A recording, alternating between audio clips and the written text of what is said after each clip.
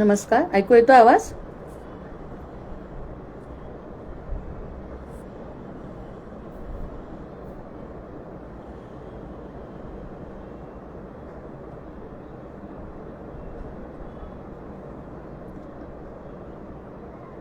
नमस्कार. आज थोडासा रेंजचा प्रॉब्लेम झाल्यामुळे डिस्कनेक्ट झाला. जय जय रघुवीर समर्थ. घरी थोडा वायफायचा प्रॉब्लेम झाला म्हणून थोडा लेट होतोय. वक्रतुंड महाकाय सूर्यकोटि समप्रभ निर्विघ्नं कुरु मे देव सर्वकार्येषु सर्वदा. या कुंदेन्दु तुषारहार धवला या शुभ्रवस्त्रामृता या वीणावरदण्डमण्डितकरा या श्वेतपद्मासना या ब्रह्माच्युत शङ्करः प्रभृतिभिर्देवैर्सदा वन्दिता. सा मां पातु सरस्वती भगवती निःशेषजाढ्यापहा. शुकासारिखे पूर्णवैराग्य जासे वसिष्ठा परिज्ञान योगेश्वरासे. कवी वाल्मिका सारिखा मान्य ऐसा नमस्कार माझा सद्गुरु रामदासा. अनेन प्रियताम देवो भगवान जानकीपतिः श्रीरामचंद्र पूर्वेशाम अस्माकं कुलदैवतम. श्रोता वक्ता श्रीराम समर्थ. जय जय रघुवीर समर्थ. सानन्दमानन्दवने वसन्तम् आनन्दकन्दं हतपापवृन्दं. वाराणसीनाथमनाथनाथं श्रीविश्वनाथं शरणं प्रपद्ये. मनोनिवृत्ति परमोपशान्ति सा तीर्थवर्या मणिकर्णिका च. नमः शिवाय नमः शिवाय नमः शिवाय. सगळ्यांना संकष्टी चतुर्थीच्या सगळ्यांना मनापासून खूप खूप शुभेच्छा. आणि त्याच गणपतीची बुद्धी आपल्याला प्रदान हो ही त्याच्याच चरणी प्रार्थना. कारण ही विद्या अविद्या जी आहे ती अविद्या घालवण्यासाठी आपले गणपती बाप्पा तयारच असतात. आज त्यांचा विशेष आशीर्वाद घेऊन आपण आपल्या निरूपणाला सुरुवात करू. थोडा विषय कठीण होत चाललाय त्यामुळे थोडं हळूहळू सांगते. आता काल आपण जे विचार केला विरजा नदीचा, ती कल्पना सगळ्यांनी ज्यांनी ऐकलं असेल त्यांनी केली असेल आणि मनातल्या मनात आनंद पण झाला असेल. असो नसो ही भाग वेगळा आहे. मग पाताळ असो नसो, स्वर्ग असो नसो, आपल्याला कळलंय ना आणि कळल्यानंतर आनंद झालाय ना हे महत्वाचं आहे. आणि आचार्य या ठिकाणी म्हणतात असणं नसणं पेक्षा होणं महत्वाचं आहे. जय जय रघुवीर आहे. नसतानाही मानलं तर काय हरकत आहे? असताना न मानण्यापेक्षा नसताना मानणं काय हरकत आहे? अशी आपली बुद्धी जर त्या ठिकाणी स्थिर केली तर या सगळ्या गोष्टीतून निश्चित आनंद मिळतो. म्हणजे माझ्या परीने जास्तीत जास्त ह्या गोष्टीला आनंददायी करण्याचा प्रयत्न करते. कारण आपला स्वतःची जी अज्ञान असतं किंवा आपली जी अजाणता असते त्या अजाणतेमध्ये या सगळ्या गोष्टी पटकन बसतच नाही. आणि बसत नाही, आनंदही झाला, चांगलंही वाटलं तरी सुद्धा असं कुठे असतं असं म्हणून जो प्रॉब्लेम आपण क्रिएट करतो स्वतःच, तो स्वतः पहिल्यांदा फक्त तुझ्या दासबोधासी त्वा बोध व्हावे असं जेव्हा म्हणतो ना त्याला शरण गेल्याशिवाय ह्या गोष्टी शक्य नाही. त्यामुळे या ठिकाणी जर आपल्याला आनंद मिळतोय तो महत्वाचा आहे. ब्रह्मानंदम परमसुखदम केवलम ज्ञानमूर्तीम द्वंद्वातीतम त्रिगुणरहितम. या सगळ्या गोष्टी जर आपल्याला माहिती आहेत, मग माहिती झाल्यानंतर थोडासा एक क्षण का होईना आपल्याला जर आनंद झाला तर त्या ठिकाणी आपल्या बुद्धीला स्थिर करण्याची जबाबदारी आपली मेधा प्रज्ञा. आपण या सगळ्या गोष्टींवर जी चर्चा केली त्या प्रज्ञेपर्यंत जाऊन आणि मेधेपर्यंत जाऊन स्थिर करण्याचा प्रयत्न केला. मग काल आपण म्हटलं की अविद्या आणि विद्या, अविद्या आणि विद्या ह्या दोनच गोष्टी आहेत. आता विद्या कोणती की जी भगवंतापर्यंत नेते, मला त्याची ज्यांची ओळख करून देते ती विद्या. आणि ज्या ठिकाणी फक्त भौतिक गोष्टी घडतात प्रकृतीबद्दल, ज्या काही गोष्टी प्रकृतीबद्दल घडतात, ज्या मला दिसतात, ज्या मला बघता येतात, या सगळ्या प्रकृतीमध्ये येतात. मग त्यामुळे विद्या आणि अविद्येची जोडी जर लावली, जसं द्वैत घेतलाय आपण, तो मी दास आणि तो एवढंच जर ठेवलं तर द्वैत आहे. मग तसं विद्या आणि अविद्या ही जोडी आहे. बाकी विद्या ही एकच आहे की जी त्याला जाणते आणि जी आपल्याला गणपतीला मागायची आहे ती बुद्धी. कारण तो ओंकार आहे. अकार तो ब्रह्मा, उकार, या सगळ्या गोष्टी त्याच्यामध्ये दडलेल्या आहेत. आज त्याचा दिवस असल्यामुळे विशेष त्याला म्हणायचं ही जी बुद्धी आहे विद्या, ती विद्या आम्हाला दे. मग ही अविद्येचं निरसन करण्यासाठी आपल्याला ती बुद्धी पाहिजे. बाकीच्या गोष्टी मग देहबुद्धी आणि आत्मबुद्धी या दोन गोष्टी पुन्हा जोड्या आणि कर्ता आणि साक्षी. कर्ता सगळं करायचंय आपल्याला, कर्ता सगळं करायचंय, पण त्याच्या साक्षी भावाने बघता आलं पाहिजे. आणि ही साक्षी भावाची जी बुद्धी आहे ती बुद्धी आपल्याला मनामध्ये स्थिर करायची आहे. म्हणजे याला विरजा नदीला ओलांडणं म्हणतात. आपण काल जी विरजेचं आणि वैकुंठाचं जे वर्णन ऐकलं तर ते त्या ठिकाणी विद्या अविद्या देहबुद्धी आत्मबुद्धी आणि कर्ता आणि साक्षी द्वैत तो आणि मी किंवा एकटाच तो ह्या गोष्टींमध्ये जेव्हा स्थिर होता आलं आनंद घेता आला समजा तर ती गोष्टी विरजा नदी ओलांडणे असं त्याला म्हणतात. मग विरजा नदीपर्यंत जाण्यासाठी आपण जो प्रयत्न केला तो प्रयत्न वेगळा आणि प्रयत्नाच्या नंतर आपण मनुष्यत्वामध्ये स्थिर झालो. मनुष्यत्वामध्ये स्थिर झाल्यानंतर सद्गुरूंचा हात धरला आणि सद्गुरूंचा हात धरल्यानंतर गणपतीची आपल्यावरती कृपा झाली आणि अशी बुद्धी मिळाली की जी आम्हाला या ठिकाणी स्थिर करता येईल. म्हणजे ओलांडणं आपोआप शक्य आहे. म्हणजे ओलांडणं आपोआप शक्य आहे ही गोष्ट. मग त्या ठिकाणी मग विरजा नदी ओलांडण्यासाठी हा शेवटचा जो संकल्प सांगितला आचार्यांनी, आता आचार्यांच्या श्लोकाद्वारे ते म्हणतात नाहम देहो नमे देहो, नाहम देहो नमे देहो. मग हीच खरी विरजा नदी पार करणे आहे. मी देह नाही, मी आत्मा आहे आणि परमात्म्याचा अंश आहे. ह्या गोष्टी जेव्हा आपल्याला कळतात म्हणजे त्या मग याला कोणता मनाने संकल्प करण्याला कोणता त्रास झाला. आता जर हे ज्ञान मिळत असेल गणपतीच्या कृपेने आणि सद्गुरूंच्या कृपेने जर हे ज्ञान मिळालं तर जसं एक्स्कलेटरवर चढताना आपण आपोआप वर जातो, मधल्या कोणत्याच पायऱ्या आपण बघत नाही, तर त्यांनी म्हटलं हीच खरी विरजा नदी पार करणे आहे. ती नावं काही द्यायची गरज नाही. आपण ओंकार तत्व जर शिकत असू, आपण ओंकार गणपतीचा अवतार जो ओंकार आहे त्याच्याबद्दल जर विचारायचं असेल तर ती शब्दाची किंमतच नाही म्हणतात काही. त्या शब्दांची किंमत कुठपर्यंत आहे, जोपर्यंत आपण या विरजेपर्यंत इकडच्या काठावर आहे तोपर्यंत शब्दांची किंमत आहे. पुढे शब्दांची किंमत मौनात जायचं आहे, शब्दांचा वापरच करायचा नाही आहे. त्यामुळे ही घरी पार जर करायची असेल तर एकदा तिथे पोहोचणे एवढीच फक्त आपली जबाबदारी आहे मनाची. या ठिकाणी कोणतंही गाव सोडायचं नाही, स्थळ सोडायचं नाही, काहीही न सोडता फक्त मनाच्या अवस्थेला तिथे न्यायचं की त्या ठिकाणी आपल्याला आनंद नाहम देहो नमे देहो असं म्हणत राहायचं. पुढचं काम ते काही शब्दांना संपवायचंच आहे. पुढे जाऊन फक्त आपली शरणागती त्यांना अपेक्षित आहे. मग विकारान, आता आपण निर्वाणाष्टक म्हणू त्यांचं 4 ओळींचं, फक्त पूर्ण तर नाही घेऊ शकत, पण विकारान थारान आकार नाही, विकारान थारान आकार नाही, जगा व्यापिले जिंकुनी इंद्रिये. किती गोड ओळी आहेत. विकारान थारान आकार काही, जगा व्यापिले जिंकुनी इंद्रियेही, नसे मोक्ष ना बंधने एक सार, सदा मोक्ष रूपात चैतन्य सारे.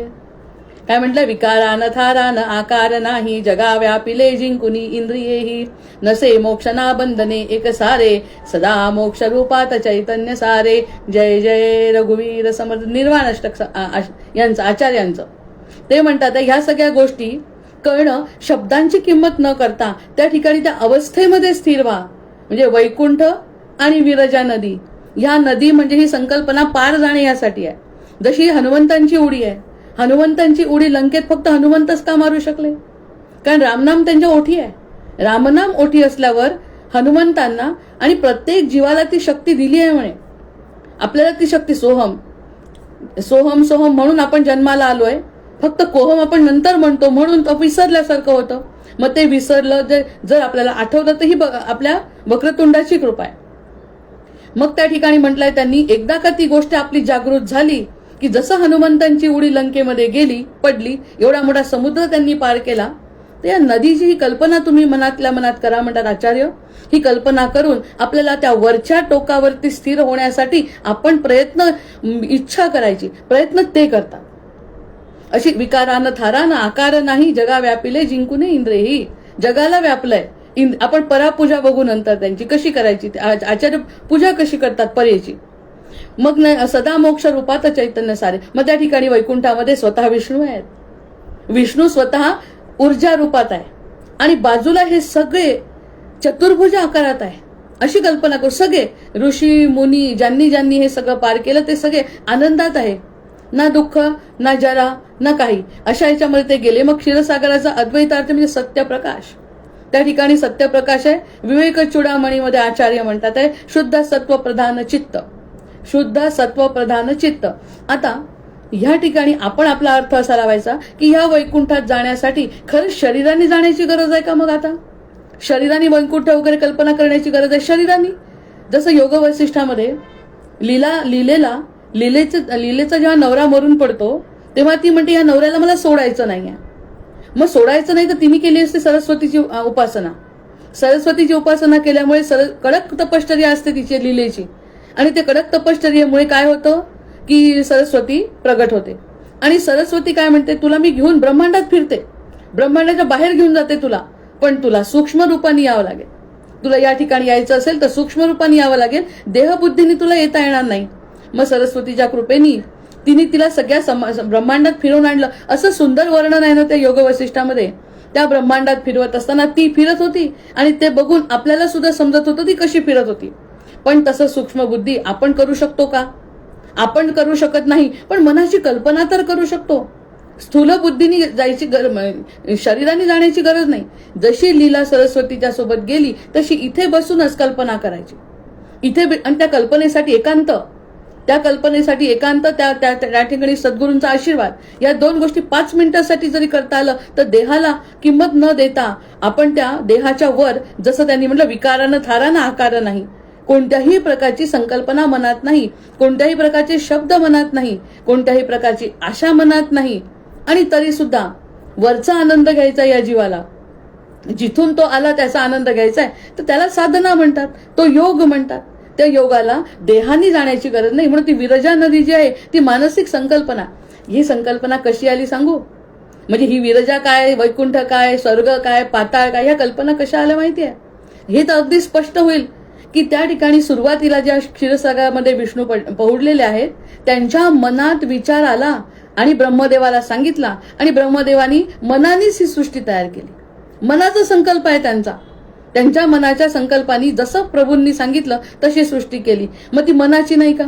मग ती मनाची जर संकल्प सृष्टी आहे, त्या मनाच्या संकल्प सृष्टीमध्ये मनाला जायला काय हरकत आहे? मनाच्या संकल्प सृष्टीमध्ये मनाला मुक्त जाता येतं, मुक्त आहेत दारं त्याची मनाने. स्थूल देहाने जायला प्रश्न आहे. स्थूल देहाने तर सारा समुद्र पार नाही करू शकत आपण आपल्या समोरचा.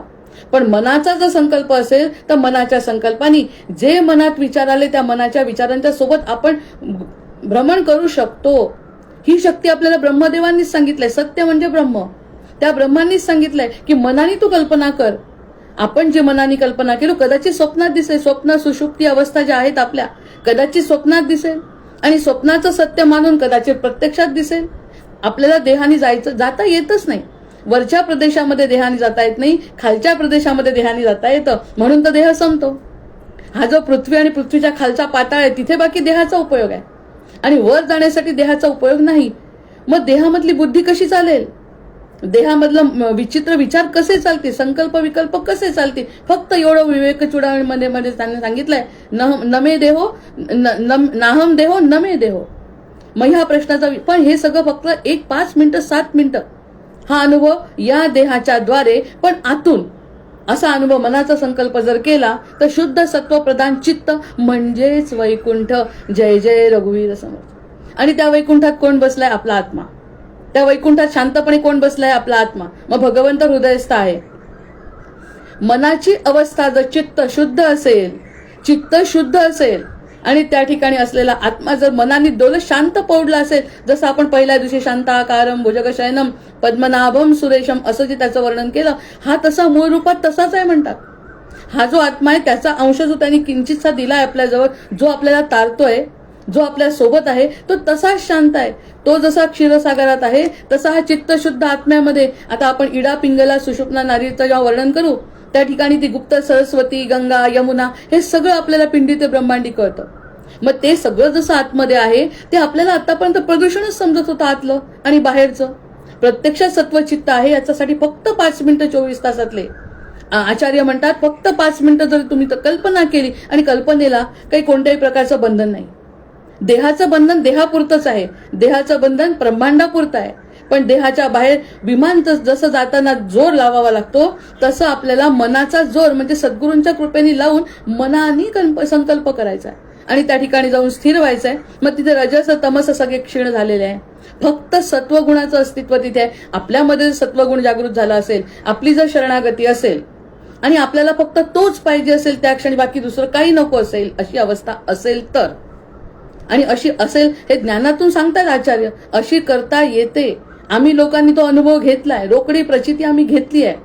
या सगळ्या गोष्टी फक्त 5 मिनिटासाठी आयुष्यातला द्या, दिवसातला, आणि त्या क्षणी अशी सत्य संकल्पाची संकल्पना करा.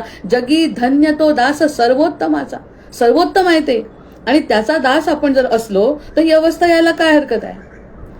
प्रयत्न करायला पाहिजे. ती साधना आहे, ती तपश्चर्या आहे. कारण कलियुगामध्ये एक चांगली गोष्ट आहे आणि एक वाईट गोष्ट आहे. एक चांगली गोष्ट अशी आहे की काहीच न करता सगळं मिळतं, आणि दुसरं म्हणजे असं आहे की तपश्चर्या करू शकत नाही. 1000 वर्ष तप केलं असं शक्य नाही, कोणता यज्ञ केला शक्य नाही. मग ह्या सगळ्या गोष्टीच्या शक्यता त्रेता आणि सत्ययुगामध्ये संपल्या. मग आता आपला जो काय शिल्लक राहिलाय, मी आणि माझा आत्मा, याच्यावरती जेवढं मला काम करता येईल तोच यज्ञ आहे.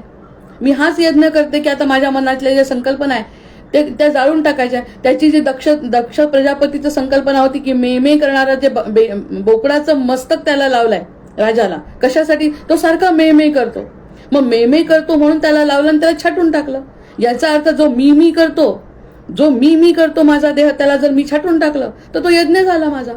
अशा प्रकारच्या छोट्या छोट्या गोष्टी आपण आपल्या पुराणातून आपल्या स्वतःला लावून घेतल्याशिवाय आत्मदर्शन घडणार नाही. हा चतुर्थीचा दिवस आहे. त्या चतुर्थीला जर बाप्पाची कृपा पाहिजे असेल, आत्मदर्शन करायचं असेल, तर एकांतात, कलियुगामध्ये एकांतात ते शक्य आहे.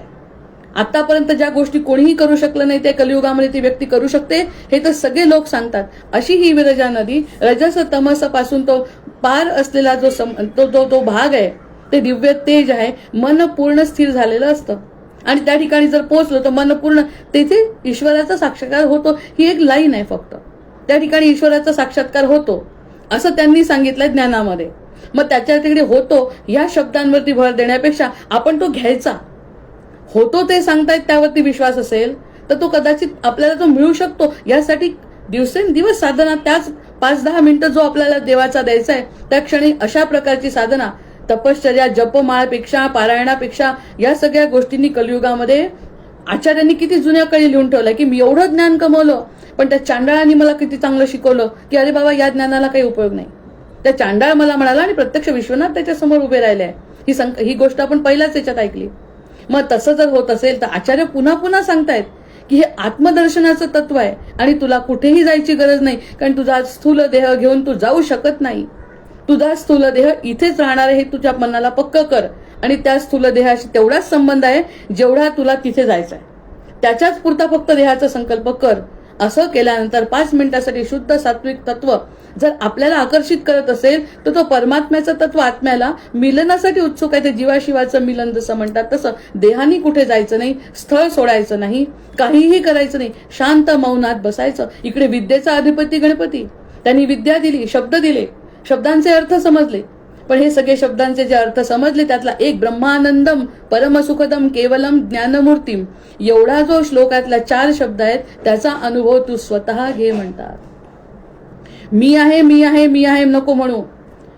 तुम्ही ब्रह्मानंदात आहे, तुम्ही असं तसं म्हणण्यापेक्षा तूही तेच स्वरूप आहे हा अनुभव ते घे म्हणतात. मग ते क्षीरसागर म्हणजे शुद्ध निर्मळ अशी चित्तावस्था. आपली जर चित्तावस्था शुद्ध निर्मळ असेल तर ती चित्तावस्था म्हणजे तो क्षीरसागर, आणि त्या क्षीरसागरामध्ये पहुडलेला जो विष्णू महाविष्णू आहे तोच म्हणजे आपला आत्मा. एकमेकांचा अनुभव घेतात म्हणे आचार्य म्हणतात, एकमेकांचा अनुभव. कारण त्या ठिकाणी बाकीचं सगळं अदृश्य होतं, बाकीचं सगळं काळाकुट्ट प्रकाश काळाकुट्ट अंधार अदृश्य होतो आणि फक्त त्याचा प्रकाश पडतो. मग त्या प्रकाशामध्ये हा जीव आपला स्वतःला त्याला पाहू शकतो. ती लीलावतीला सरस्वती घेऊन गेली हा जुना काळ आहे. जुन्या काळामध्ये युग लोटलंय आता त्याला, पण ती संकल्पना सुटली नाही अजून.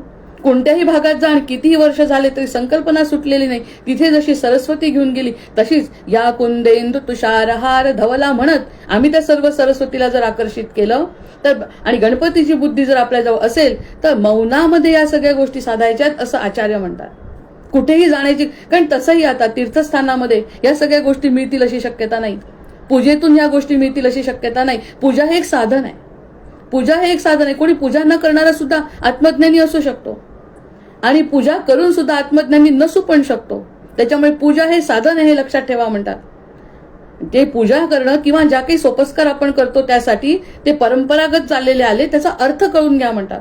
मग तो हा आत्मा म्हणजे त्या क्षीरसागरावर असलेला विष्णू जर आपल्याला जाणवला, मग वैकुंठातील निवासी कोण बाकीचे सगळे ऐकणार आहे? आपल्यासोबतचे लोक कधी कुठे असतात तिथे, जिथे आपलाच देह नाही तर बाकीचे कोण राहणार आहे? जिथे आपला स्वतःचा देहच आपल्यासोबत नाही, ती अवस्था शंकरांना फार आवडते. शंकर म्हणतात देहातीत अवस्था ज्याची असेल त्याचा मी आहे.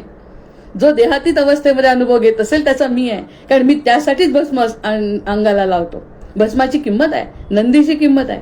मग या सगळ्या गोष्टी स्थिरमतीने नंदी सांगतो, त्याच्या कानात जे सांगतो म्हणतात ते हे सांगतो आपण सत्य. मग ह्या सत्य सांगितलं नंदी त्याच्यापर्यंत पोहोचवतो म्हणतात. या सगळ्या संकल्पना जीवाला समजल्या पाहिजे. हे सगळं इथे बसून काशी विश्वनाथाचं दर्शन, मानस पूजा, परापूजा, करचरण कृतं वा कायजं कर्मजं वा श्रवण नयन जं वा मानसं वा पराधम विहितम विहितं वा सर्वमेतत् क्षमस्व जय जय करुणाब्दे श्री महादेव शंभो. असा हा जो शंभू आहे तो माझ्याच जवळ आहे. मला जर आनंद झाला तो त्याचा आनंद मला मिळतोय. जसा सूर्य प्रकाश आहे आणि संध्याकाळच्या वेळी चंद्र प्रकाश आहे. आता सूर्य वेगळा आणि चंद्र वेगळा, पण चंद्र घेतो कोणाकडून प्रकाश हे तर दिसतंय ना डोळ्यांनी आपल्याला. बाकी पुराणातली वांगी म्हणतात सगळं तसं सोडून द्या, पण जे प्रत्यक्ष दिसतंय ते तर मानायला पाहिजे ना. कमीत कमी विरजा नदी आणि स्वर्ग आणि पाताळ सोडले तरी सुद्धा प्रत्यक्ष नारायण आपल्या समोर आहे आणि नारायणाचा प्रकाश घेणारा चंद्र आपल्यासोबत आहे. मग त्या चंद्राचा प्रकाश नारायणाचा आहे, तो किती छान आपल्याला शीतलता देतो. मग हे जर तो करू शकतो तर त्याचाच अंश माझ्यामध्ये आहे ना. तो आनंद त्याचा मला जर 1 मिनिट 1 सेकंद निमिषभर जरी मिळाला तरी तो स्थिर पकडा म्हणतात. तो आनंद म्हणजे मीच आहे, दुसरं कोणी नाही. दुसरीकडे कुठेही तुम्हाला विष्णूचा अवतार बघायची गरज नाही. तो जो आनंद होतोय, कारण जे अनुभवतो तेच सत्य आहे, बाकी सगळं खोटं आहे.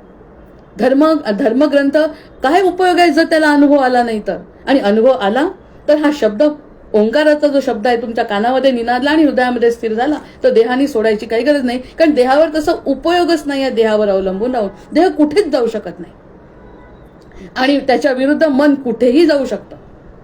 मन या क्षणी सुद्धा बोलता बोलता सुद्धा जसं आपलं चपलांमध्ये जातं देवळात जाऊन, तसं माझं मन वैकुंठात सुद्धा जाऊ शकतं. त्याला काय प्रश्न आहे? या सगळ्या गोष्टींना जर मर्यादा नाही तर अमर्यादाकडे जाण्याची जी धाव आहे ती जर त्यांनी घेतली तर आचार्य म्हणतात बस संपलं, त्या ठिकाणी सगळा सिद्धांत संपलेला आहे. मग ते म्हणतात आहे विकारानं थारानं आकार नाही जगा व्यापिले जिंकुनी इंद्रियेही नसे मोक्ष ना बंधने एक सारे सदा मोक्ष रूपात चैतन्य सारे. मग असं जेव्हा म्हणतात तेव्हा म्हणतात देह असून देहबुद्धी नाही. हा कालचा थोडासा ह्याचा भाग आहे. देह आहे त्याच्याजवळ, देह नसता तर कसा अनुभव घेतला असता? देह नाही म्हणजे मृत झाल्यावर हा अनुभव आत्म्याला कसा देणार आपण? त्यामुळे देहाची आवश्यकता आहे. देह असताना देहबुद्धी नाही आहे, देहाची बुद्धी नाही आहे म्हणजे तो वर जाऊ शकतो. देहात अडकला तर पुन्हा पृथ्वीकडे आणि पाताळाकडे पुन्हा जन्म. मग देह असून देहबुद्धी नाही, व्यवहार असून कर्तृत्वाभिमान नाही. सगळं करते, हे सगळं करत असताना जर आपल्याला असं वाटतं मी करते तर असं म्हटल्यावर ते संपलं सगळं. कर्तव्य करून कर्तृत्वाभिमान ज्याला नसेल त्याचा त्राता तो आहे. मानावा राम सर्वदा करता. जेव्हा असा मानेल तेव्हा तो कर्तृत्ववान राही. फळ नाही इथलं फळ नाही पण उच्च फळ मिळत आहे.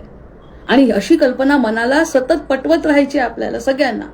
अशी जर कल्पना जो करू शकत असेल आणि त्याला सुख दुःख आहे, शरीराला सुख आहे, त्याच्यानंतर संसारात दुःख आहे, सुख आहे, सगळं आहे, पण तो भोगणारा वेगळाच कोणीतरी हे समजतं. याच्यासाठी एक साधं उदाहरण आहे. आपण लहानपणी होतो, जरी काही आठवत नसलं, जन्माला आईने सांगितलं ते सगळं आठवतं आपल्याला, आपण तसं होतो. मग तो तर संपला देह, बालपणाचा देह संपला तरी मला आठवत आहे. नंतर तारुण्यातलाही देह मला आठवतोय, तारुण्य संपलं. याही वेळी मला मी आहे आठवत आहे, पुढे माझं काय होणार आहे आठवत आहे. म्हणजे देह तर संपत चाललाय पण कोणाला आठवत आहे? तो तर जसा आहे तसा आहे. तो जो आठवतोय त्याला आता सुद्धा लहान मुलांच्या शाळेत गेल्यावर आपल्याला असं वाटतं लहान मुलं झाल्यासारखं, मी लहान आहे की काय अशी संकल्पना कोणाला होते? देहाला होऊ शकतं, देह राहू शकतो. एखाद्याने म्हटलं तुम्ही शर्यत लावा, देह लावू शकतो का शर्यत? पण मनाने लावली, याच ठिकाणी माझी शर्यत झाली आणि या ठिकाणी एवढं बक्षीस मिळालं हे मला माहित आहे. हा अनुभव जर आपण या देहाचा घेतोय तर त्याच देहातून आता साक्षीचा अनुभव घ्यायचा आहे. हाच देह, त्या देहाला कोणत्याही प्रकारचा कमीपणा न देता फक्त त्याला काही काळ आपल्या सोबत ठेवायचं आणि त्याला सांगायचं हा अनुभव घ्या, आतापर्यंत जे अनुभव घेतले तिथे आपण चुकलो. हे आचार्य सांगतात, माझे शब्द नाही आहे. आपण जे आतापर्यंत अनुभव घेतलं, ज्याचा आपण गुलामी केली, ज्याचं दास्यत्व पत्करलं, त्या सगळ्या ठिकाणी धोका मिळालाय. त्या ठिकाणी आपल्याला काही खरं सुख मिळालं नाही. धोका म्हणण्यापेक्षा ते मायेचं प्रकृतीचं लक्षण आहे. ते प्रकृतीमध्ये मर्यादा आहेत आणि आपल्याला मर्यादाचा अनुभव घ्यायचा असेल तर जिथून या मर्यादित अनुभव येतात त्याला सोडावं लागेल ना. आणि ते आपोआप सोडणार आहे तो व्यक्ती. असे सुद्धा सगळे असे आजूबाजूला दिसतात तिथे. आणि ते सगळे आजूबाजूला बसलेले कसं आठवणार आपल्याला? एखादा विद्वानांचं कुटुंब आहे आणि विद्वान लोक बसलेले, एखादी सभा चालली आहे आणि एखादा जर साधा मनुष्य आला की ज्याची विद्वत्ता नाही आहे, पण तरी सुद्धा तो स्वतःचं तोंड उघडणार नाही, कारण माहिती आहे हे सगळे विद्वान बसलेत समोर. हे विद्वान समोर बसले, मला माझं बोलणं योग्य नाही हे त्याला समजतं. तसा व्हायचा प्रयत्न, एखादा जर मला आठवला श्लोक तर त्यांच्यासमोर सांगायचा प्रयत्न करतो असं तो व्यक्ती म्हणतो, कारण विद्वानांची जी सभा आहे ती प्राधान्यक्रम आहे. आणि हा जो उपरा गेलेला आहे तो म्हणतो की ह्या सगळ्या गोष्टी महत्वाच्या आहेत, मी चूप बसतो. म्हणजे तसं या क्षेत्रामध्ये जे जातात ते खालची मर्यादा विसरतात, कारण त्यांना माहिती आहे अमर्यादित क्षेत्रामध्ये आहे, आपली बुद्धी लावायला नको. आणि त्यासारखे होतात. त्या ठिकाणी जाण्याचा जो प्रयत्न करतो त्याचे सद्गुरूंनी हात धरलेले असतात, त्यामुळे तो तिथपर्यंत पोहोचतो. आणि पोहोचल्यावर त्याचा इतका प्रभाव तिकडचा असतो की तो तसाच होऊन जातो. आणि हेच तर म्हणतात सायोज्य मुक्तीमध्ये, की आधी थोड्या वेळ तो ऐकून गेलो बाकीच्यांचं, पण नंतर तो स्वतःचं सुद्धा पुण्य त्या ठिकाणी कामाला लावेल. कारण इतक्या वर्षाचा त्याचा जो अनुभव आहे साधनेचा, तो साधनेचा अनुभव त्या ठिकाणी त्याला कामाला येईल. आणि आल्यानंतर तो त्यांच्यासारखा होईल, जे आतापर्यंत आपण या अगदी मर्यादेमध्ये राहून त्यांच्यासारखं झालो. आणि म्हणून आत्मा तळमळत होता. आत्मा जो तळमळत होता की मी अशी नाही आहे, हा देहामध्ये जे मी आहे ना तो मला माहिती आहे. त्याच्यासाठी आपण एक मागे उदाहरण पाहिलं होतं की आपल्याला जर म्हटलं की तू निर्बुद्ध आहे, मला जर कोणी म्हटलं की तू निर्बुद्ध आहे निर्बुद्ध, पण पटतं का? जर कोणी मला निर्बुद्ध म्हटलं, का नाही पटत? याचं उदाहरण आचार्य सुद्धा देतात. निर्बुद्ध कोणालाही म्हटलं तर आवडत नाही, कुरूप कोणालाही म्हटलं तर आवडत नाही. प्रत्यक्षात इतरांपेक्षा कुरूपता आहे, इतरांपेक्षा बुद्धी नाही, तरी सुद्धा मला आवडत नाही. याचं कारण आहे आतमध्ये बसलेला बुद्धिवान आहे ना, तो ऐकून घ्यायला तयार नाही ना. मग त्यामुळे इथे होते तळमळ की आम्ही तसं नसून आम्हाला असं म्हणतात, म्हणजे या ठिकाणी मर्यादा आहे. मला अमर्याद क्षेत्रामध्ये प्रवेश करायचा आहे. अमर्याद क्षेत्रामध्ये त्याचा मी माझा तो असल्यावर आम्ही आमचा आनंद घेणार आहे. अशी ही जी सभा आहे, या सभेला काय नाव द्यावं? आता शब्द आपले सुद्धा संपतात. त्यांनी जे वर्णन केलं त्या वर्णनावरती आचार्यांचं विश्लेषण जेव्हा ऐकलं तेव्हा त्यांचे शब्द संपतात, आपलेही शब्द संपतात. आपण काय वर्णन, एक तर आपण अनुभव घेतला नाही, पण इतकं गोड आहे ते, इतकं गोड आहे की असं असेल तर मी काय बोलू आता याच्यावर. आणि आतापर्यंत असं काहीच नाही. काय भाव ते मजला जीवका व्याकुळ होतो, आनंदाचा शोध घेत तसे पुन्हा पुन्हा भरकटतो. या गोष्टी आपण म्हणतो ना सारखं, अमृतकणामध्ये मी लिहिलंय असं की या सगळ्या गोष्टी इथे मिळत नाहीत म्हणून तळमळ आहे. मग त्या ठिकाणी 5 मिनिटं जरी असा अनुभव घेण्याची संधी आपल्याला सद्गुरू देत असतील तर तो 5 मिनिटाचा 7 मिनिटं, 7 मिनिटाचे 12 तास कधी होतील सांगता येणार नाही. जास्तीत जास्त वेळ त्याच आनंदात राहण्याचा तो प्रयत्न करील आणि त्याला तो आनंद त्या ठिकाणी निश्चित मिळतात आहे असं आचार्य म्हणतात आहे. तुम्ही द्वैतात घ्या किंवा अद्वैतात घ्या. आता आपला ज्ञानमार्ग चाललाय म्हणून अद्वैताचा विचार करू. प्रत्यक्षात वारीला जे लोक जातात त्यांना तो आनंद मिळतोच ना द्वैताचा, की मला पंढरपूरचा पांडुरंग पुढे बघायचा आहे, किंवा रस्त्यातच त्यांना पांडुरंग भेटून जातो. हा द्वैतातला अनुभव ते घेतात भक्ती मार्गातले. आणि अद्वैतामध्ये अरे मला का आवडतंय, आचार्य काय म्हणतात तुला का आवडतंय.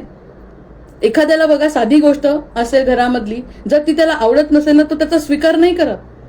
खाण्यापासून असो की कपड्यांपासून असो की ज्ञानापासून असो की विषयांपासून असो, त्या विषयाचं त्याला म्हटलं हे तुमचं आहे का, तो स्वीकारत नाही. नाही मला आवडत नाही मला. मग तसं आहे त्या ठिकाणी आवडतं म्हणून तर आपण त्याला आकर्षित करतोय. आपल्याला तो आवडलाय म्हणून त्याचं तत्व आपल्याला आकर्षित करताय, अन्यथा हे आकर्षणच नाही आहे. नुसतं म्हणतो ब्रह्मानंदम परमसुखदम किंवा वक्रतुंड महाकाय, पण प्रत्यक्षात त्याचा आनंद आपल्याला मिळतच नाही. जर तो आनंद मिळाला तर आकर्षण मी केलंय हा अनुभव आचार्य म्हणतात तू स्वतःला मोठा ठरव. ते व्यासांच्या याच्यात सांगणार आहे, तू स्वतःला मोठी समज. अरे हेच तर मला पाहिजे होतं. मी स्वतःला लोकांनी कमी म्हणून तर कंटाळला होता सगळ्या गोष्टी त्या संसाराचा आणि या सगळ्या मर्यादेचा. ते आचार्य म्हणतात तू खूप मोठी आहे, इतकं मोठं मन आहे, इतकं मोठे विचार आहे, इतक्या मोठ्या परमात्म्याचा तू अंश आहे. या ठिकाणी छोट्या गोष्टी तुला आनंद कसा मिळेल, तू माझी आहे. असं जेव्हा साधकाला अनुभव येतो माझी आहे, या सगळ्या गोष्टी दुय्यम आहे, सुख आणि दुःख दुय्यम आहे.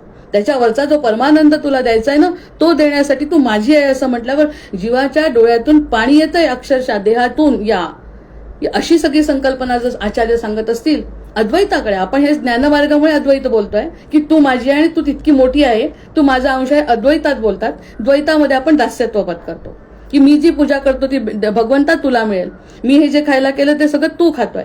या ठिकाणी आचार्य म्हणतात जे तू खातोय तेच मला मिळतंय, जे तुला आवडतंय त्याच्यातून मला आनंद मिळतोय.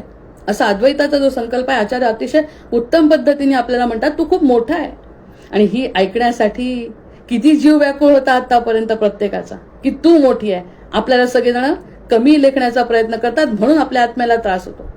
कोणीही आपल्याला कमी म्हटलं की आवडत का नाही, कारण आपण मोठ्याचा अंश आहोत. हे त्यांनी आपल्याला गर्भावस्थेतच सांगितलंय की तू माझा आहे. ते थोडं विसरलं होतं प्रकृतीमुळे, त्यामुळे आपल्याला हा जो त्रास झाला. आता पुन्हा प्रकृतीकडे दुर्लक्ष करून पुन्हा परमात्म्याकडे जर त्या गोष्टीचं लक्ष लागलं तर त्याला तोच मिळतो ज्याच्यासाठी त्याचा जन्म झालाय. ही जी संकल्पना आहे ती संकल्पना शब्दांपेक्षा विरजा नदी आणि वैकुंठ यापेक्षा कितीतरी मोठी आहे, कारण आचार्याने त्यांनी स्पष्ट केली आहे संकल्पना त्या ठिकाणी. मग आता ते म्हणतात व्यवहार असून कर्तृत्व नाही, सुख दुःख असून सुद्धा त्यात तो साक्षीभावाने त्या गोष्टी बघू शकतो. आणि विद्वान न शोचती न हृष्यती. आता विद्वान कोण आहे? आज गणपतीचा दिवस आहे. तो विद्वान कोण आहे की जो या सगळ्याकडे साक्षीभावानी बघू शकतो. सुख आणि दुःख किंवा ही जी मर्यादा आहे ही मर्यादा वेगळी आणि मी अमर्याद आहे. ही मर्यादा वेगळी आणि मी अमर्याद आहे या गोष्टीकडे जो साक्षीभावानी बघू शकतो. जो बालपणी होता, तो आईच्या पोटात होता, गर्भावस्थेत जो जीव होता, त्याला आता कुठे समाधान मिळतंय थोडं की आता मला कुठे काहीतरी समजायला लागलंय आणि मला माझं काहीतरी मिळालंय, स्वतःचं अस्तित्व. यासाठी कोणतीच गोष्ट सोडलेली नाहीये.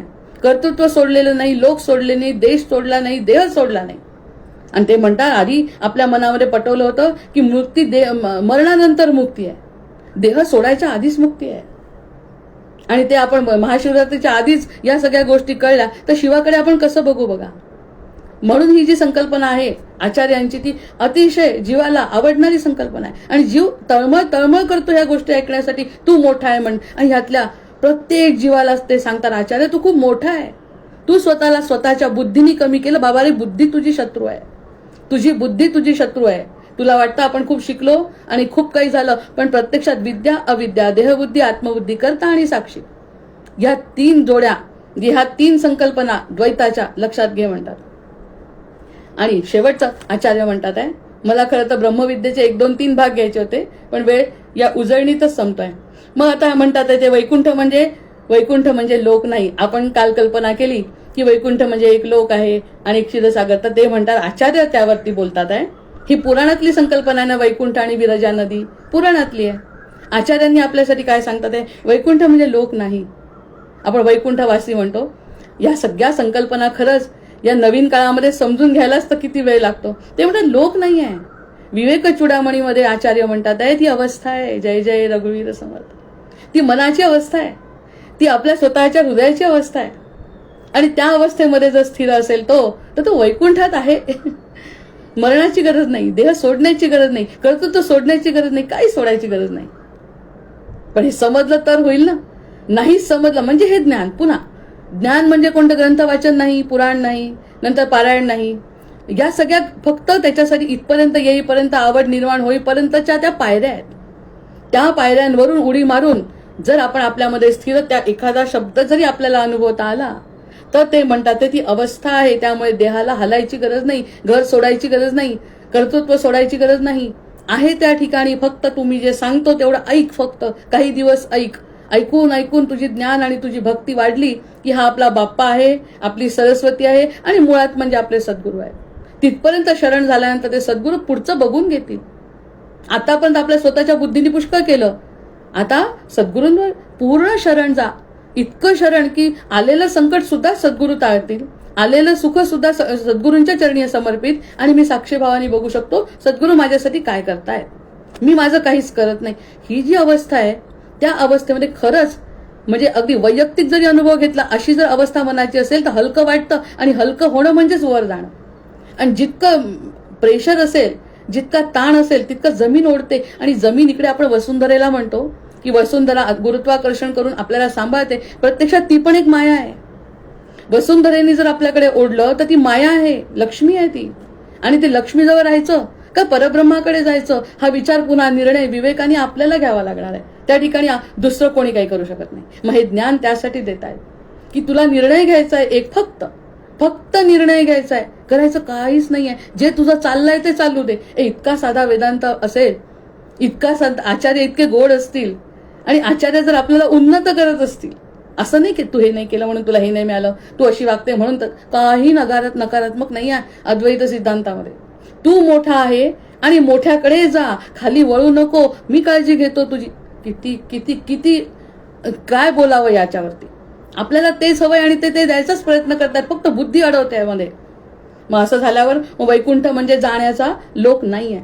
नंतर ही होण्याची अवस्था आहे, जाण्याची नाही. आपण मानणे आणि जाणण्यावर किती मोठा एपिसोड केला होता. मानणे आणि जाणणे त्या नंबरचा एपिसोड तो, आणि हा वैकुंठ सेम आहे. मानण्याचे 9 संकल्पना, जाणण्याच्या 9 संकल्पना. आपण पूर्णपणे आता वेळ कमी असतो म्हणून त्यातलं पुन्हा मागे जाऊन ऐकू शकतो की मानणे आणि जाणण्यामध्ये काय फरक आहे. आणि तोच ते म्हणतात आहे वैकुंठ म्हणजे कुठे जायचं नाही आहे. आपल्याला वाटतं वैकुंठामध्ये जायचंय आणि मेल्यानंतर जातो, असं काही नाही. मृत्यूनंतरच्या काही संकल्पनाच आचार्यांना मान्य नाही. आचार्य म्हणतात ही जी वैकुंठ किंवा ही जी मानसिक अवस्था आहे ती अवस्था आहे जीवाची आणि देहासकट अनुभवणारी. असं तर खूपदा अनुभव आलेले आहेत की जे देहामध्ये असतात लोक तरी ते विदेही अवस्थेमध्ये असे आनंद घेत असतात. असं बघतो आपण पुष्कळ लोक की त्यांना या सगळ्या गोष्टीची जाणीव नसते आणि ते खरंच आनंदात असतात. मग ती जी अवस्था आहे ती वैकुंठ अवस्था आहे. असं आचार्यांनी आता कलियुगासाठी केलेलं वर्णन अगदी आपल्याला पटण्यासारखं आहे. आता जायचं कुठे नाही, करायचं काही कुठे नाही, आणि मी मोठा. या तिन्ही गोष्टी जर मला आवडल्या तर मी का आचार्यांचा हात नाही धरू. सदाशिव समारंभाम शंकराचार्य मध्यमाम, ह्या सगळ्या गोष्टी म्हटल्यानंतर वंदे गुरु परंपरा. आता या गुरु परंपरेला वंदन करतो ज्यांनी ही परंपरा माझ्या कल्याणासाठी आणली आहे. मला मोठं म्हणणारी संकल्पना पहिल्यांदाच ऐकली मी. आई वडिलांच्या व्यतिरिक्त कोण मोठं म्हणताय, आपल्या कुटुंबा व्यतिरिक्त आपल्याला कोण मोठं म्हणताय. आणि कितीही मोठा असला, कितीही विद्वान असला आणि कितीही कीर्तीचा असला तर देहरूपाने विचार केला तर त्याची कल्पना जी काही कौतुक आहे ते फक्त प्रकृतीपुरतंच आहे ना. त्या प्रकृतीच्या परे जायचं असेल, त्याला या ब्रह्मांडाच्या तोडून पार जायचं असेल तर आचार्य म्हणतात मी तिथे आहे, माझ्यासारखे लोक तिथे आहेत जे तुझं वाट पाहत आहेत. किती मोठं करून टाकलं साधकाला, किती मोठं करून टाकलं या ठिकाणी की तू माझ्याकडे येऊ शकतो, फक्त तुला या सगळ्या गोष्टींचं बाण. आणि ह्या ज्या गोष्टी आपण ज्या काही वर्णन केल्या ना ते काही खूप त्रासदायक सुद्धा वाटल्या नाही माहितीये, कारण करायचं काहीच नाहीये म्हणून त्रासदायक वाटलं नाही. समज एकदा आली बस, एवढी समज आली म्हणतात ते की बस, बाकी काही नाही. वैकुंठ अहंकार त्या ठिकाणी गलित गात्र होतो, याचा त्रास होतो. म्हणजे म्हणतात ना तट बंधन तुटलं, मनाचं बंधन तुटलं. आणि इतकं तोडत असताना जर आपल्याला ज्ञान नसेल तर दुःख होतं, ज्ञान जर नसेल तर दुःख होतं. आणि त्या दुःखापेक्षा अतीव आनंद होतोय की आपल्याला काहीतरी विशेष मिळतंय आणि सुटतंय. ते आपलं नव्हतंच कधी, ते फक्त ह्या जन्मात मिळालेलं होतं देहरूपामध्ये. जेव्हा 2 महिने पूर्ण झाले आईच्या गर्भावस्थेत, त्यानंतर पंचमहाभूतांचा देह बनला आणि पंचमहाभूतांच्या देह बनल्यामुळे ते सगळं आपल्या पंचमहाभूतांचा आपला संबंध आला. तर त्याच्या आधी तर संबंध आपला नव्हताच. आपला होता आत्मा आहे आणि राहणार आहे, फक्त संबंध काही काळाकरता आला हे जेव्हा लक्षात येतं त्यात इतकं गुरफटलं नावामध्ये, रूपामध्ये आणि या सगळ्या गोष्टींमध्ये अस्तित्व जर विसरलो. आता पेनाचं उदाहरण तरी सांगितलं. पेन जो आहे आपण घेतला हातामध्ये, तर पेन हे त्याचं नाव आहे, पेन हे त्याचा आकार आहे, पण आहे ही गोष्ट तर आहेच ना. म्हणजे पेनचं नाव जाऊ शकतं, रूप जाऊ शकतं, पण अस्तित्व तर आहे त्याचं. आपलं अस्तित्व असतंच आपण गेलो तरी सुद्धा. जय जय रघुवीर समर्थ. कारण तो आत्मा जो आहे तो दुसरा आत्म्यात देहामध्ये जाऊन असतोच. त्याला मुक्त करायचं का नाही हा निर्णय आपला आहे. त्यामुळे तो पेन जसा नाव रूप आहे त्याचं, पण असणं हे विसरतो. तो असणं मी आहे म्हणजे मी होतो आहे आणि राहणार आहे. जसं भगवंत चतुश्लोकी भागवतामध्ये म्हणतात मी होतो आहे आणि राहणार आहे. तेच आपला जीव सनातन, जीव सुद्धा सनातन आहे, फक्त त्याला मुक्त करायची जबाबदारी आपली आहे. मग हे कळलं म्हणजे केलं काय आपण? काहीच नाही केलं. काय केलं आपण त्यासाठी? कोणती पूजा अर्चा केली, जप साधना केली? करावं ते तर अगदी आवश्यक आहे, पण ती फक्त त्याची एक म्हणजे पायरी आहे. त्या पायरीवर वर जाण्यासाठी आपलं मन त्या ठिकाणी लागण्यासाठी या गोष्टी करा. पण ते केल्याने मुक्ती होते असं शक्य नाही. मुक्ती कशा आताच या क्षणी हलकं वाटतंय, नुसतं बोलल्याने सुद्धा, हे काही ठरवलेलं बोलणं नाहीये. असं जेव्हा बोलणं, विचार, मनन, चिंतन, निजिध्यासन जर झालं तर हलकं वाटतंय की मी मोठ्याची कोणीतरी आहे, मी राजाची राणी आहे, माझे वडील अनंत कोटी ब्रह्मांडाचे नायक आहेत. अनंत कोटी ब्रह्मांडाचे नायक मी एकटीच नाही, असे अनेक आहेत. असं म्हटल्यावर हलकं नाही का वाटणार? या छोट्या छोट्या संकल्पना, जसं आपण वर वर चढलो तर खालच्या संकल्पना जशा थिट्या पडतात तशा थिट्या पडायला पाहिजे, ही गणपती बाप्पाजवळ प्रार्थना. असं जर घडतं, असं घडतं, मग विशेष काय केलं हाच मोठा प्रश्न पडतो. आचार्यांनी सांगता सांगता आम्ही केलं काय? फक्त ऐकलं आणि गोड वाटलं, आनंद मिळाला, तो आनंदच तर त्यांना पाहिजे. ऐकून आनंद झाला आणि अक्षरशः असं वाटतं छान झोप लागणार आहे, हलकं हलकं वाटतंय. प्रत्यक्षात मी तर काहीच केलं तरी मी किती भाग्यवान. म्हणून मी म्हणत असते, कृतज्ञ मी, कृतार्थ मी. भगवंत हृदयस्थ आहे. या 2-4 वाक्यांनी वेळ झालाय जीव, की मी कृतज्ञ आहे, कृतार्थ. हे म्हटल्यावर भगवंताला फार आवडतं. नाही तर हे दिलं नाही, ते दिलं नाही, ते दिलं नाही, मला काही नाही, मी कमी आहे. तो म्हणतो तू मोठी आहे म्हणतो, तू स्वतःला कमी म्हणत असेल, हे मला चालणार नाही, कारण तू माझा अंश आहे. हे 1000 वेळा सांगून झालं तरी पटत नाही. आता आचार्य म्हणतात, मी तुझे कान पकडीन, नाही तर आता कान पकडीन. हा जो भाग झाला, मग ते अहंकार गलित होतो, अज्ञान नष्ट झालं. हे अज्ञान नष्ट झालं. आता आज नाही झालं, वर्षांनी होईल, वर्षांनी नाही झालं, 5 वर्षांनी होईल, पण अज्ञान नष्ट झाल्याशिवाय मुक्ती नाहीच आहे. मग अज्ञान नष्ट होतं, आत्मा आत्म्यात स्थिर होतो. आपल्याला जे बाहेरचं जग आपलं वाटतं, जो देह आपला वाटतो, त्याच्यावर तर कितीतरी 1 ते 1 तासाची निरूपण होतील देहावरती. देहाबद्दल किती आपण आकर्षित आहे. मग हे देह आत्मा आत्म्यात स्थिर होतो, तेव्हाच आता बघा आचार्यांचा शब्द म्हणतात, तेव्हाच अयमेव वैकुंठः, जय जय रघुवीर समर्थ. अयमेव वैकुंठः, यासाठी मी थांबली होती. बाकीच्या संकल्पना माझ्या डोक्यातल्या असतील, जे चुकलं असेल ते माझं. आणि आचार्यांचे शब्द तर लक्षात ठेवायचे ना कमीत कमी. त्यांनी म्हटलं की अयमेव वैकुंठः, मीच वैकुंठ आहे. माझ्यामध्ये बसलेला जो आत्मा आहे ना, तोच परमात्मा आहे.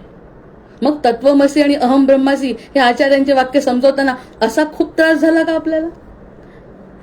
आपले ऍडमिन सुद्धा म्हणत होते की विषय कठीण आहे, खरंच कठीण आहे. कोण म्हणतं नाही आहे कठीण? आपल्याला या मायेतून बाहेर काढून मायाधीशापर्यंत जाणं सोपं थोडी आहे. पण कल्पना करायला काय हरकत आहे? जशी ब्रह्मानी कल्पना करून निर्मिती केली, आम्ही सुद्धा कल्पना करू. नको त्या गोष्टी नको. मूर्तिकार जशी मूर्ती घडवतो आणि नको त्या गोष्टी काढतो, तेव्हा मूळ मूर्ती उत्पन्न होते दगडातून. नको त्या गोष्टी काढल्या, मूळ मूर्ती. तशा आमच्या नको त्या गोष्टी निघून गेल्या की मी भगवंत म्हणतो तू खूप मोठी आहे, इतकी छोटी नाही आहे तू. जे आपल्याला जे वाटतं या मर्यादेमध्ये तू मर्यादित नाही आहे. म्हणून ते म्हणतात आचार्य, वैकुंठ हा म्हणजे काय म्हणतात, अयमेव वैकुंठ, असं त्यांनी म्हटलं. मग आता विवेक चूडामणीमध्ये आचार्य म्हणतात, आणि थांबते, विवेक चूडामणीमध्ये म्हणतात वैकुंठ म्हणजे, आता हे अगदी अंडरलाईन करण्याच्या गोष्टी आहेत. काल वैकुंठ ऐकताना आपण जरा परक्या भावनेने ऐकलं असेल, वैकुंठ असेल विरजा नदी. आता आचार्य त्यावरती शिक्कामोर्तब करतात. आणि शिक्कामोर्तब आचार्यांनी जरी केलं तरी आपणही करायला पाहिजे ना. आपण सुद्धा त्यावरती शिक्कामोर्तब करायला, तेव्हा कुठे आत्मदर्शन घडेल. आणि आत्मदर्शनाचं शास्त्र आहे, अद्वैत सिद्धांत आत्मदर्शनाचं शास्त्र आहे. बाकी काहीही कशालाही किंमत नाही शब्दांना. ते म्हणतात विवेक चूडामणीमध्ये की वैकुंठ हे आत्मस्वरूपाची स्थिती म्हणजे वैकुंठ. म्हणजे कुठे जावं लागतं का आपल्याला? नाही. नंतर विरजा नदी म्हणजे कोणती? विरजा नदी म्हणजे अविद्या आणि विद्येची सीमा म्हणजे विरजा नदी आहे. अविद्या म्हणजे मी हे नाही, विद्या म्हणजे मी हे आहे. अविद्या म्हणजे मी हे नाही आणि विद्या म्हणजे मी हे आहे. एवढंच ज्ञान आहे एवढ्या मोठ्या पुराणामध्ये, ज्यांनी आत्मसाक्षात्कार होणार आहे त्याला, त्या साधकाला. आचार्य म्हणतात आहे विरजा म्हणजे विद्येची आणि अविद्येची सीमा. त्या सीमेवरती एक फक्त निर्णय घे तू, बाकी तुला काही करायची गरज नाही. निर्णय घे की खाली का वर, पृथ्वी का आकाश तत्वामध्ये जायचंय का, पृथ्वीमध्ये आपला देह सोडून त्याच्यासोबत पुन्हा जन्म घ्यायचा आहे, त्या आत्म्याला घ्यायला लावायचा आहे जबरदस्ती. अरे आत्मा परमात्म्याचा अंश असल्यामुळे तो मुक्त आहे, त्याला अडकवू नको आता या ठिकाणी. आणि तू मोठी आहे म्हणूनच मी तुला पुन्हा पुन्हा सांगतोय की तुम्ही सर्वोत्तमाचे दास आहात. या सर्वसाधारण गुलामगिरी करायसाठी तुमचा जन्म नाही. नंतर तिसरं, क्षीरसागर म्हणजे काय? मग क्षीरसागर म्हणजे शुद्ध सत्वचित्त, जे आमचं चित्त झालंय त्या ठिकाणीच विराजमान होईल ना. आता आपल्या घरात जर देव बसवायचे आहे आणि एखादं देऊळ आपल्या घराचं देवघर जर स्वच्छ केल्याशिवाय कसा भगवंत बसेल? भगवंताला जर त्या ठिकाणी बसवायचं असेल तर आमचं सगळं स्वच्छ करायला लागतं देवघर. तसं आमचं चित्त स्वच्छ असेल तोच क्षीरसागर आहे. फक्त तू आणि तू माझ्या हृदयामध्ये आहे, बाकी दुसरं कोणी नाही. मग काय म्हणतात, सर्व धर्मान परित्यज्य मामेकम शरणम व्रज. त्याची प्रार्थना आहे कृष्णाची. तो म्हणतो सगळ्यांना सोड, मला धर. आणि त्याला जर धरायचं असेल तर तो माझं चित्त शुद्ध असल्याशिवाय कसा येईल माझ्याजवळ तो? आचार्य म्हणतात क्षीरसागर म्हणजे शुद्ध सत्व चित्त, म्हणजे वैकुंठाकडे. काल फक्त आपण थेरॉटिकल पाहिलं, आज आचार्यांचे शब्द. म्हणून मी म्हटलं आजचा एपिसोड जास्त महत्वाचा आहे, कारण तो आपण अनुभव घेणार आहे. आपली आत्मजागृती होणार आहे. जशी हनुमंतांनी उडी मारली तेव्हा त्याची शक्ती जागृत झाली, तशी आमच्यामध्ये असलेली शक्ती जागृत आता होणार आहे. मग त्यानंतर विष्णू म्हणजे कोण आहे? त्या ठिकाणी क्षीरसागरामध्ये बसलेले कासव बघितला, त्यांचा अंगठा बघितला, ती महालक्ष्मी बघितली. महालक्ष्मी म्हणजे प्रकृती आणि विष्णू म्हणजे शेषावर पडलेले ते. मग आमचं जर शुद्ध सत्व आहे तर ती प्रकृती म्हणजे देह आणि आतमध्ये असलेला आत्मा म्हणजे विष्णू, म्हणजेच भगवंत हृदयस्थ आहे. याची प्रचिती घ्यावी लागेल, नुसते शब्द नाही. शब्द थिटे आहेत. ओंकारामध्ये काय माहितीये का, ओंकाराचं एकदा शिकवून दिलं त्यांनी विद्या दिली आणि विद्या दिल्यानंतर सगळं दिलं. पुन्हा मला दे म्हणे वापस, सगळं जे तुला दिलंय ते फक्त इथे समजण्यापुरतं दिलं. एकदा समजलं की माझं मला वापस दे. म्हणजेच मौनात जा, जे शिकला ते मौनात जा. विष्णू म्हणजे साक्षी ब्रह्म. मग साक्षी ब्रह्म वगैरे शब्द जाऊ द्या. मी लहानपणी मला बघितलं, तरुणपणी मला बघितलं, म्हातारपणी मला बघितलं, मरताना मी बघणार आहे. मग तो मी कोण आहे? तो साक्षी आहे. लहानपणासारखं वाटतं अजून सुद्धा आपल्याला की त्या शाळेत जाऊन बसावं बेंचवर. या सगळ्या गोष्टी वाटणारा कोण आहे? तो कधी मेला, म्हणजे तो मृत्यू पावलाच नव्हता, जन्मलाही नाही आणि मृत्यू पावला नाही. तो फक्त काही काळ या देहामध्ये आला. तो साक्षी ब्रह्म माझ्यातच आहे. आणि विष्णू म्हणतो ते तत्व माझं, तो कण त्याचा आहे. अरे समुद्राचा कण असेल, समुद्र एवढा मोठा, त्यातला कण घेतला तर तो समुद्रच असतो ना. त्यातलं पाणी म्हणजे समुद्रच असतं. मग तसं आहे ते. माझाच कण आहे तो. त्या कणाला सोडून तो बाकी सगळ्या गोष्टी बघत बसला. मग ते साक्षी ब्रह्म. मग हा वैकुंठ वारा, त्या ठिकाणी जो वारा वाहतो, इथल्यासारखा वारा नाही म्हणे तिथे. कल्पना. आता ही माझी कल्पना. त्या ठिकाणी आपला जसा वारा आणि असं सूर्य आणि चंद्र नाही आहे. सूर्यचंद्र म्हणजे तो स्वतःच सूर्यरूपाने तिथे उभा आहे ना, कारण त्याचा अंश त्यांनी आपल्यासाठी पाठवलाय ब्रह्मांडामध्ये. त्याचा अंश म्हणजे नारायण आहे. बघा, नारायण त्याचा अंश आहे आणि त्याचा अंश म्हणजे प्रत्यक्षात ते त्या वैकुंठात आहे. मग तो जो वैकुंठातला वारा जो आहे ना, तो वारा म्हणजे ती जीवनमुक्ताची अवस्था, म्हणजे मुक्त जीव. जसे पक्षी फिरतात आकाशामध्ये, जसे पक्षी फिरतात तसे मुक्त जीव फिरत असतात इकडून तिकडे. ती वैकुंठ वारा आहे. तो वैकुंठ वारा आहे. आणि म्हणजे तिथले लोक ही कल्पना आहे आणि आत्मसाक्षात्कार आहे. आत्मसाक्षात्कार आहे असताचे अस्तित्व काय आहे तिथे? त्याचं अस्तित्व जिथे होता तो मिळाला. मी मिठाच्या बाहुलीचं उदाहरण बघितलं. आई मला बाबांना बघायचंय बाबांना. अरे बाबांकडे गेलं सोपं नाही. एकदा तू बाबांकडे गेली की शिल्लक राहणार नाही ना देह तुझा, असं समजावून सांगते तिची आई तिला. पण त्या बहिणी काय म्हणतात, नाही काही झालं तरी चालेल, मला बाबांना बघायचं, मला माझे वडील कोण आहे ते बघायचं. अरे बाबा नको जाऊ, काही बुद्धी आपली सांगत असते नको जाऊ बरं तिकडे गेलं तुझं अस्तित्व संपेल. अस्तित्व संपलं ते शून्यातली गुरुंनी जसं शून्य केलं, म्हणजे गुरु मारतो ते शून्यत्व, म्हणजे त्या आईचं सांगणं. आई म्हणते नको जाऊ रत्नाकर. नाही मला जायचं. तो जीव जो तळमळणार असतो जातोच आणि तो गेल्यानंतर उडी मारतो. याची मोठी गोष्ट आपण मागे पाहिली. उडी मारल्यावर कुठे राहिली बाहुली? पण तिला अनुभव कोणाचा आला? रत्नाकराचा अनुभव घेतला. उडी मारली म्हणजे उडी मारणं म्हणजे विरजा नदीची सीमा पार केली तिने आणि सरळ उडी मारली. उडी मारल्याबरोबर रत्नाकरांनी तिला कुशीत घेतलं आणि ती रडायला पण लागली असेल की माझे वडील मिळाले. पण मी आता काही सांगू नाही शकत. आता शब्द पुन्हा आचार्य म्हणतात तसे सांगतात. मी काय सांगू वडील कसे आहेत? तुमच्या डोळ्यांनी साक्षीभावानी बघा माझं काय झालंय. तसे बुद्ध पुरुष म्हणतात माझं काय झालंय ते तुम्ही बघा आणि त्यावरून तुम्ही ठरवा मर्यादेत राहायचं का अमर्यादाकडे जायचं. जय जय रघुवीर समर्थ. भर्जन भव बीजाचे अर्जन सुख संपत्तीचे तर्जन यमदूताचे राम गर्जन बोला राम राम राम बोला राम राम राम. आवाहनम न जानामि तवार्जन पूजांचैव न जानामि क्षम्यतां परमेश्वर. जय जय रघुवीर समर्थ. भेटूया उद्या याच वेळी.